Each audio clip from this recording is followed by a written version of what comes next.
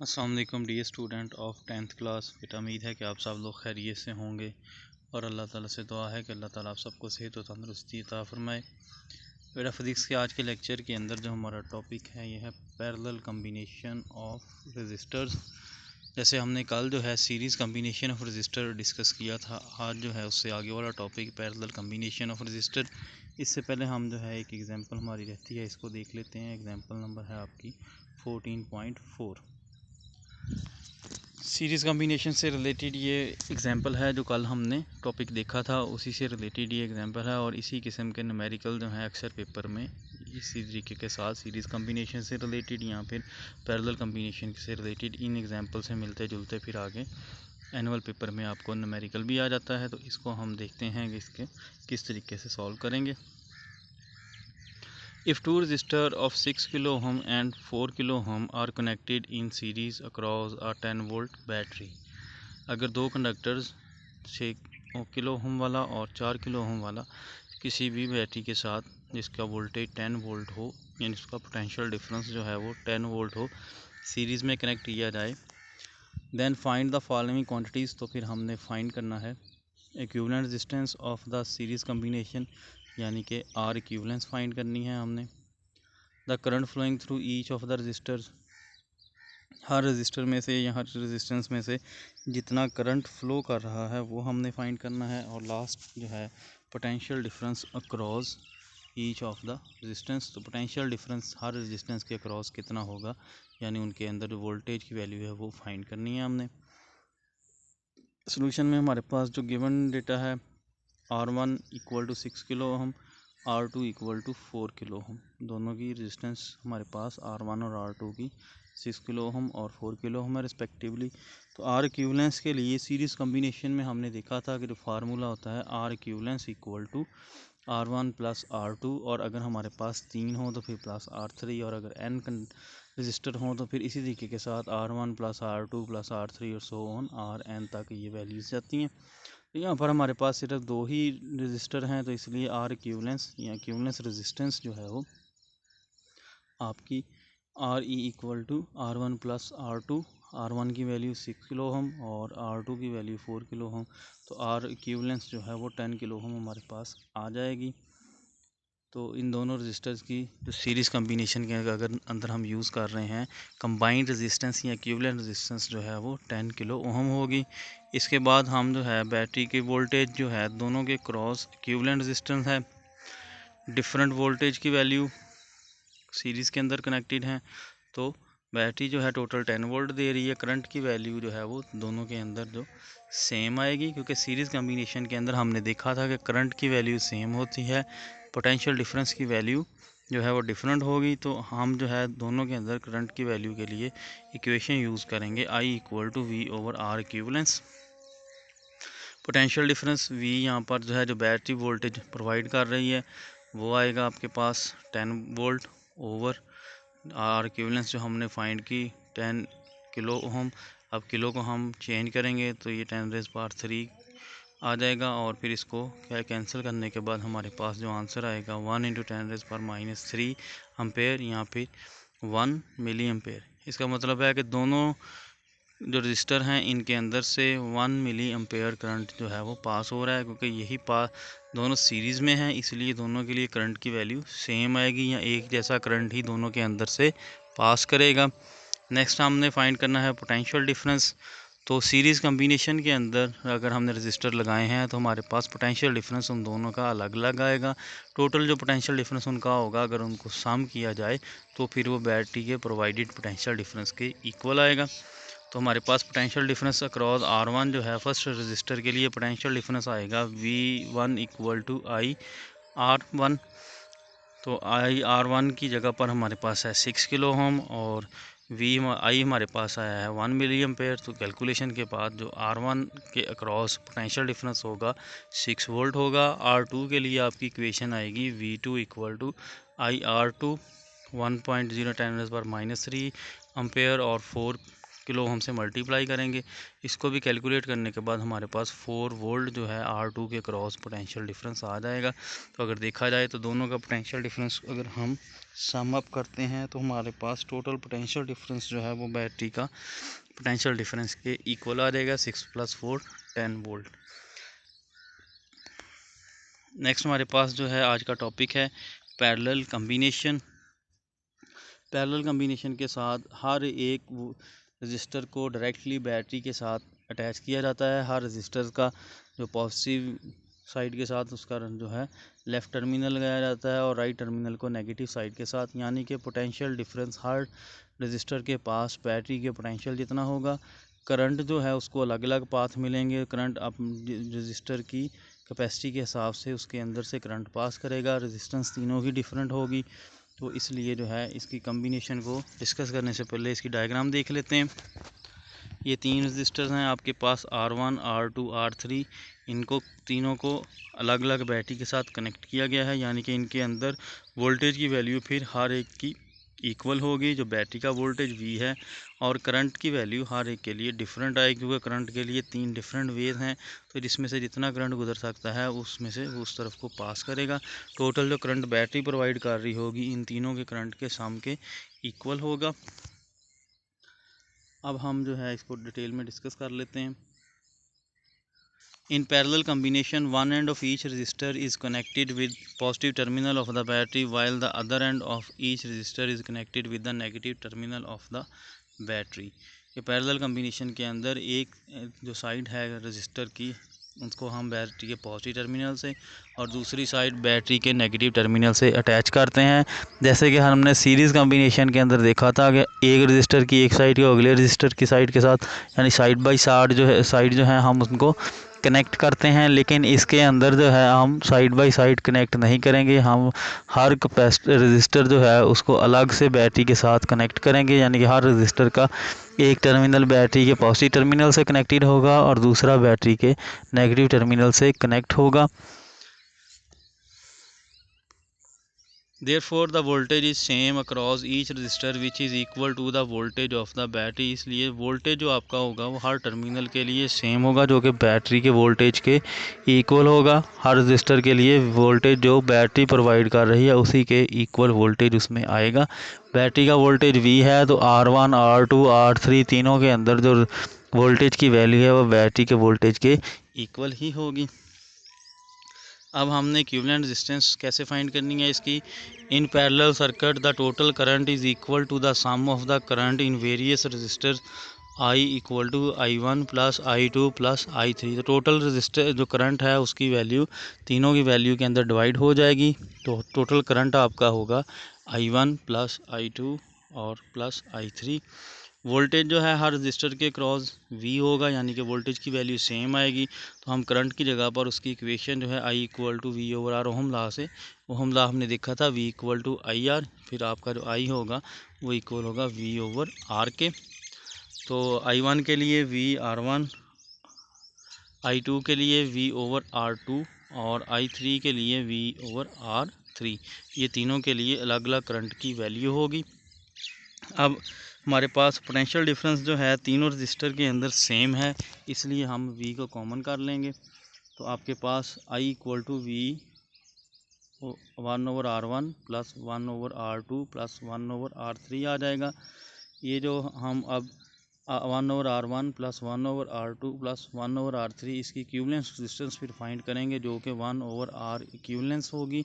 और वो इन तीनों रजिस्टर की जो रेजिस्टेंस है उनके सम के इक्वल होगा। इस तरीके के साथ n रजिस्टर भी सीरीज़ के अंदर पैरेलल लगाए गए हों तो सबकी जो रेजिस्टेंस है वो आप इसी फार्मूले के साथ जो उसने नीचे हमें दिया है 1/RE + 1/R1 + 1/R2 + 1/R3 so on Rn तक जो है हम फाइंड कर सकते हैं।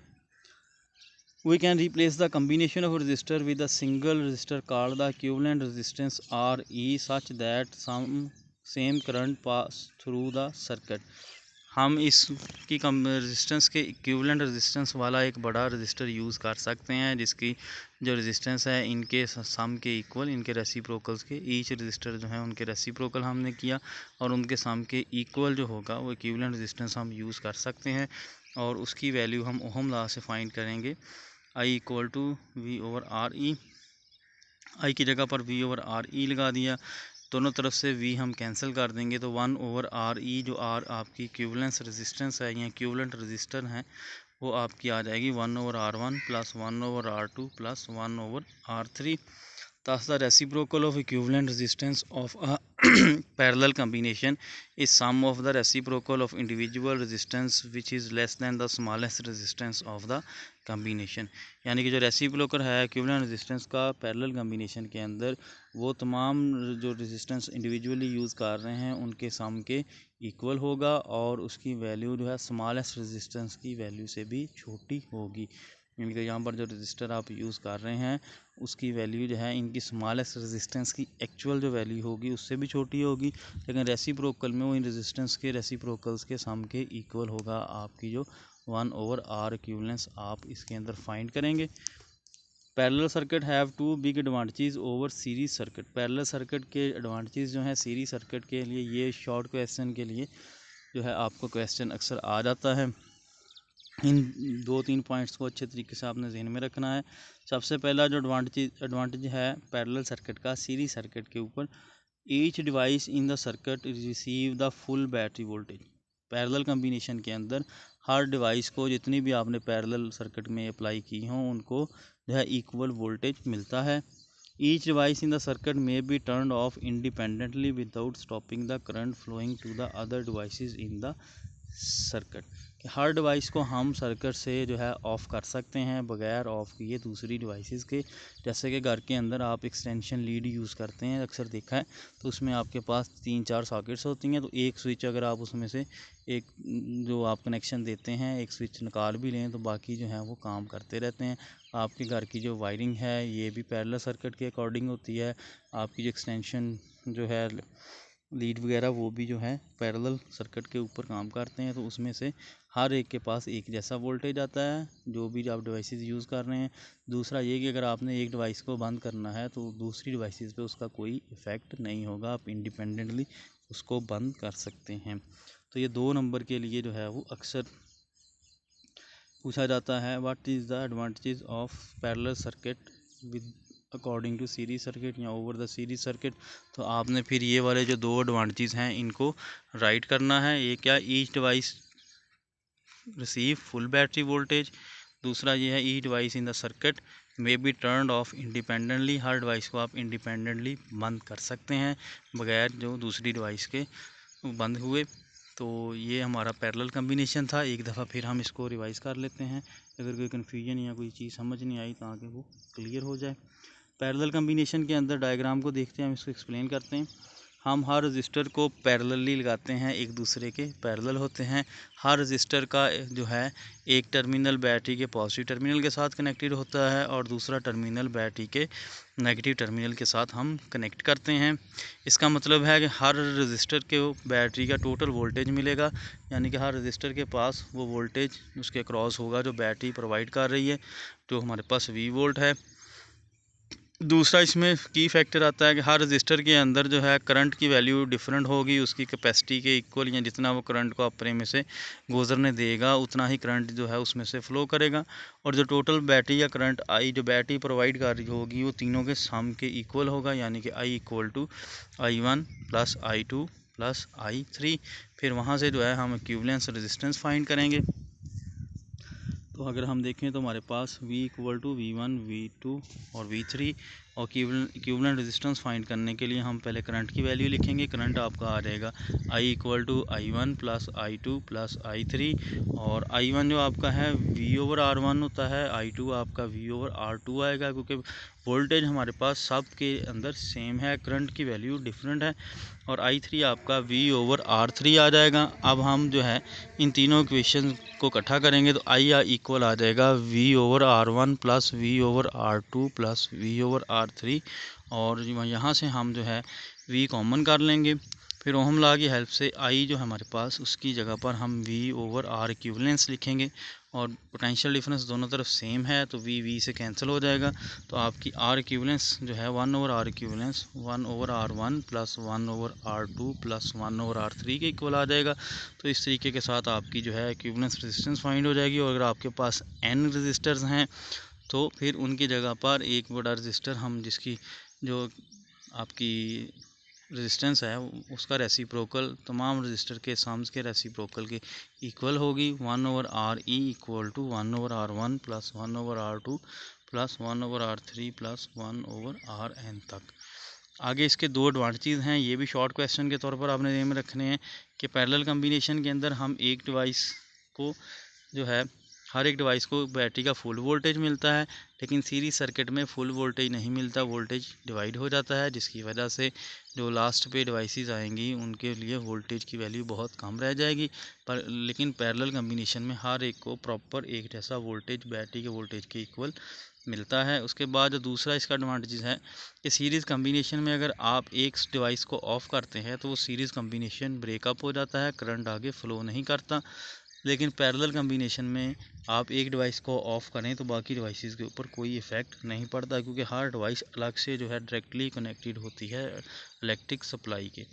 और घर के अंदर जो आपकी वायरिंग वगैरह है या घर के अंदर जितनी भी अप्लाइंसेस आप यूज़ कर रहे हैं वो सब की सब जो हैं पैरेलली अटैच होती हैं आपकी हाउस वायरिंग के साथ, जिसकी वजह से हम देखते हैं कि एक चीज़ को ऑफ़ करने पर दूसरी चीज़ के ऊपर कोई इफ़ेक्ट नहीं पड़ेगा।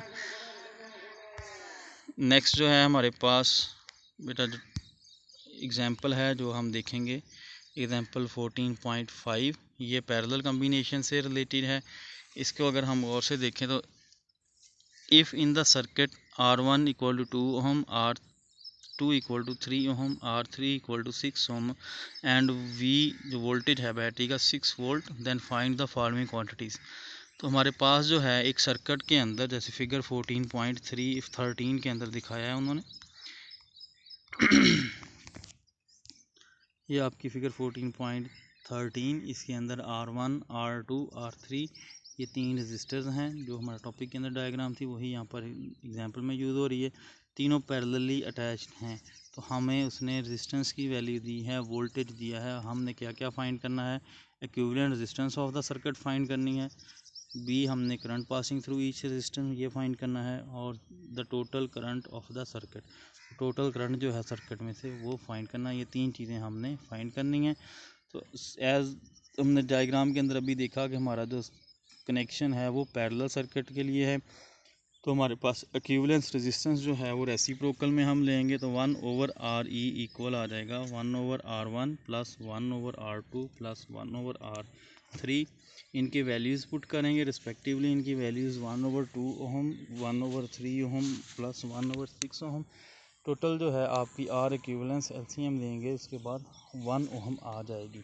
तो यहाँ से हमें पता चल रहा है कि जो इंडिविजुअल रेजिस्टेंस सबसे कम जो है हमारे पास इन तीनों जो रजिस्टर्स की वो 2 ओम है, और जो हमारी इक्विवेलेंट रेजिस्टेंस आ रही है वो 1 ओम आ रही है। तो पैरेलल कम्बिनेशन के अंदर जो इक्विवेलेंट रेजिस्टेंस होगी वो किसी भी रजिस्टर की इंडिविजुअल रेजिस्टेंस से कम आएगी। ये चीज़ भी आपने जहन में रखनी है। यहाँ पर इन्होंने ये भी मेंशन किया है, this value is smaller than the lowest value of the resistance in the combination which is always the case in parallel circuit. Parallel circuit में जो इक्विवेलेंट रेजिस्टेंस निकलती है वो किसी भी सिंगल वैल्यू के रेजिस्टेंस से हमेशा कम होती है, लेकिन सीरीज सर्किट के अंदर जो इक्विवेलेंट रेजिस्टेंस निकलती है वो दिए गए रजिस्टर्स के सम से हमेशा ज़्यादा होती है। In parallel combination the potential difference across each of the register is same. Parallel combination में हमें पता है कि पोटेंशियल डिफरेंस सेम है, करंट की वैल्यू डिफरेंट है। तो बैटरी जो पोटेंशियल डिफरेंस प्रोवाइड कर रही है वो 6 वोल्ट का है, तो हर रजिस्टर के अक्रॉस जो पोटेंशियल डिफरेंस होगा वो 6 वोल्ट का होगा। अब हमने करंट फाइंड करना है। ओहम लॉ की मदद से करंट के लिए इक्वेशन बनती है I equal to V over R. तो वी की वैल्यू 6 है, R1 हमारे पास यहाँ पर जो है 2 ओम है, तो वहाँ R1 के लिए I1 की वैल्यू 3 एम्पेयर आ जाएगी। R2 के लिए हमारी इक्वेशन बन जाएगी I2 equal to V over R2, 6 ओवर 3 से डिवाइड करेंगे, 2 एम्पेयर हमारे पास जो है I2 की वैल्यू आ जाएगी। R3 के लिए हमें I3 फाइंड करना है, उसके लिए इक्वेशन V ओवर R3 होगी। V की वैल्यू 6 और R3 हमारे पास भी 6 ओम था, तो यहाँ पर जो है आपकी I3 की वैल्यू 1 एम्पेयर आ जाएगी। लास्ट जो C पार्ट हमने फाइंड करना है उसमें हमने टोटल करंट फाइंड करना था। तो पैरेलल कम्बिनेशन के अंदर जो टोटल करंट होता है बैटरी का वो हर रजिस्टर के करंट के सम के इक्वल होता है। तो हमने I1, I2 और I3 फाइंड किया हुआ है, तो उसको जो है हम इक्वेशन के अंदर पुट करेंगे। तो तीनों को I equal to I1 plus I2 plus I3। तो हमारे पास I1 जो है 3 एम्पेयर आया था, I2 जो है 2 एम्पेयर आया था और I3 जो है 1 एम्पेयर आया था। इनको अगर हम सम अप करें तो हमारे पास टोटल जो करंट की वैल्यू है वो 6 एम्पेयर आ जाती है। तो इस तरीके के साथ जो है ये आपकी पैरेलल कम्बिनेशन की एग्जांपल भी हमने देखी। उम्मीद है आज के लेक्चर की आपको समझ आई होगी। अगर कोई चीज़ अभी कंफ्यूज कर रही है या कोई चीज़ समझ नहीं आई तो आप मेरे से रब्ता कर सकते हैं। ये पैरेलल कम्बिनेशन और सीरीज़ कम्बिनेशन दोनों का, रजिस्टर्स का और कैपेसिटर का, इनमें से एक ज़रूर आपको लॉन्ग क्वेश्चन में एग्जामिनेशन में आ जाता है। तो इनको अच्छे तरीके से करिएगा। अगर कोई कन्फ्यूजन हो मुझे बता दें, मैं हेल्प कर दूँगा। अपना ख्याल रखिएगा। अल्लाह हाफिज़।